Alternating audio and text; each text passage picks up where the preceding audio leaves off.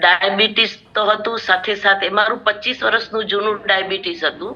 તો ઘણી તકલીફો થતી સાઈડમાં. તો ડાયાબિટીસ સાથે સાથે મને કમરનો દુખાવો, ઘૂંટણનો દુખાવો એ પણ હતો.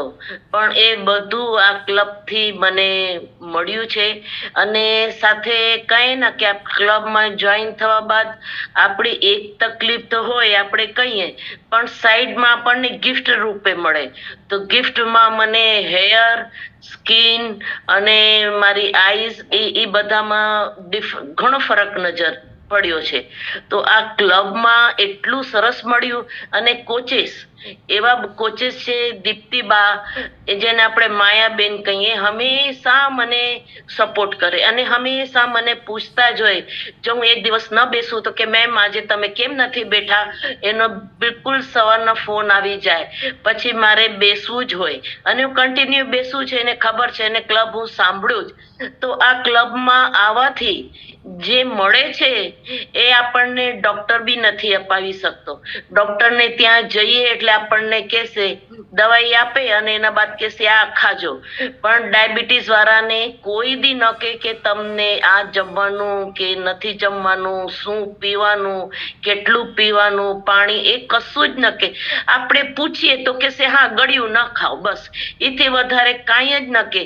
પણ અહીંયા આવવા બાદ આપણને કહેશે કે નહીં, તમને આ જમવાનું છે, આટલું પાણી પીવાનું છે, કેવી રીતે પીવાનું, રીતે જમવાનું, અને પ્રોપર તમારી ડીશ પૂછશે કે તમે શું જમ્યા અમને કયો આજે. તો આપણે એને કહીએ ન તો કાંઈ પણ હોય કે નહીં મેમ તમને આ નથી જમવાનું, મેમ તમને આ નથી જમવાનું, તમે આ જમો. આપણે એનું ફોલો કરીએ અને આપણને એના મુતાબિક કહીએ તો આ રિઝલ્ટ આપણને 15 દિવસના અંદર બેસ્ટ થી બેસ્ટ આ મને હેલ્થ ક્લબે અપાવ્યું ને અપાવે છે. એને આ અહીંયા જે નવા બેઠા છે ને એ લોકોને હું કહીશ, ખાસ કરી રિક્વેસ્ટ કરીશ, ક્લબ મૂકજો નહીં. અને તમે કોચના ગાઈડ પ્રમાણે તમે ચાલશો તો તમને જે બી તકલીફ, વેટ લોસ, થાઇરોઇડ, ઘૂંટણ, ડાયાબિટીસ, નાના પ્રકારની જેટલી બી તકલીફો છે તમને અહીંયાથી દૂર થશે. એ તમારી પ્રોપર જો તકલીફ તો હશે, પણ સાઈડમાં તમને ગિફ્ટ પણ એટલા મળશે બોડીના અંદર જે તમે સોચ્યું નહીં હોય કે મને આ તકલીફ હતી, પણ એ તકલીફ પણ તમારી હાલી જવાની.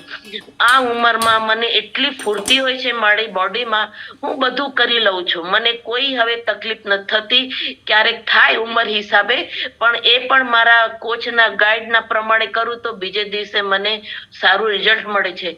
તો હું બધાને અહીંયા બેઠા છે એને રિક્વેસ્ટ કરીશ કે અહીંયા મૂકતા નહીં, તમારા ક્લબ મેં કોચના પ્રમાણે રહેજો. અને મારો કોચ એવા દીપ્તિબા અને દેવરસીબા આટલી નાની ઉંમરમાં એટલા સપોર્ટિંગ છે, એટલું સરસ કરે છે ને મને પણ એ બહુ સપોર્ટ કરે. ક્યારેક એની દીપ્તિબા ન હોય તો મને દેવરસીબા મને સપોર્ટ કરે ને મને ફોન કરું તો એ હજાર જવાબ આપે છે. તો હું મારા બે કોચ અને થર્ડ સ્વાતિ મેડમ 108 જેને આપણે કહીએ, સ્વાતિ મેડમ એ એટલા બિઝી હોય છે, ઓલવેઝ બિઝી હોય છે. હું એને કઈ સેલ્યુટ કરીશ કે આપણું ક્લબ સંભાળે તો હું એને વોઇસ મેસેજ મોકલી દઉં, એને ડિસ્ટર્બ ન કરું. તો એ પણ મને વોઇસ મેસેજમાં હંમેશા જવાબ આપે છે. તો હું તો થેન્ક યુ કહીશ મારા કોચ બધાને. હવે હું આ મારું સેશન અહીંયા પૂરું કરીને હેન્ડઓવર કરીશ કુંજન મેડમને.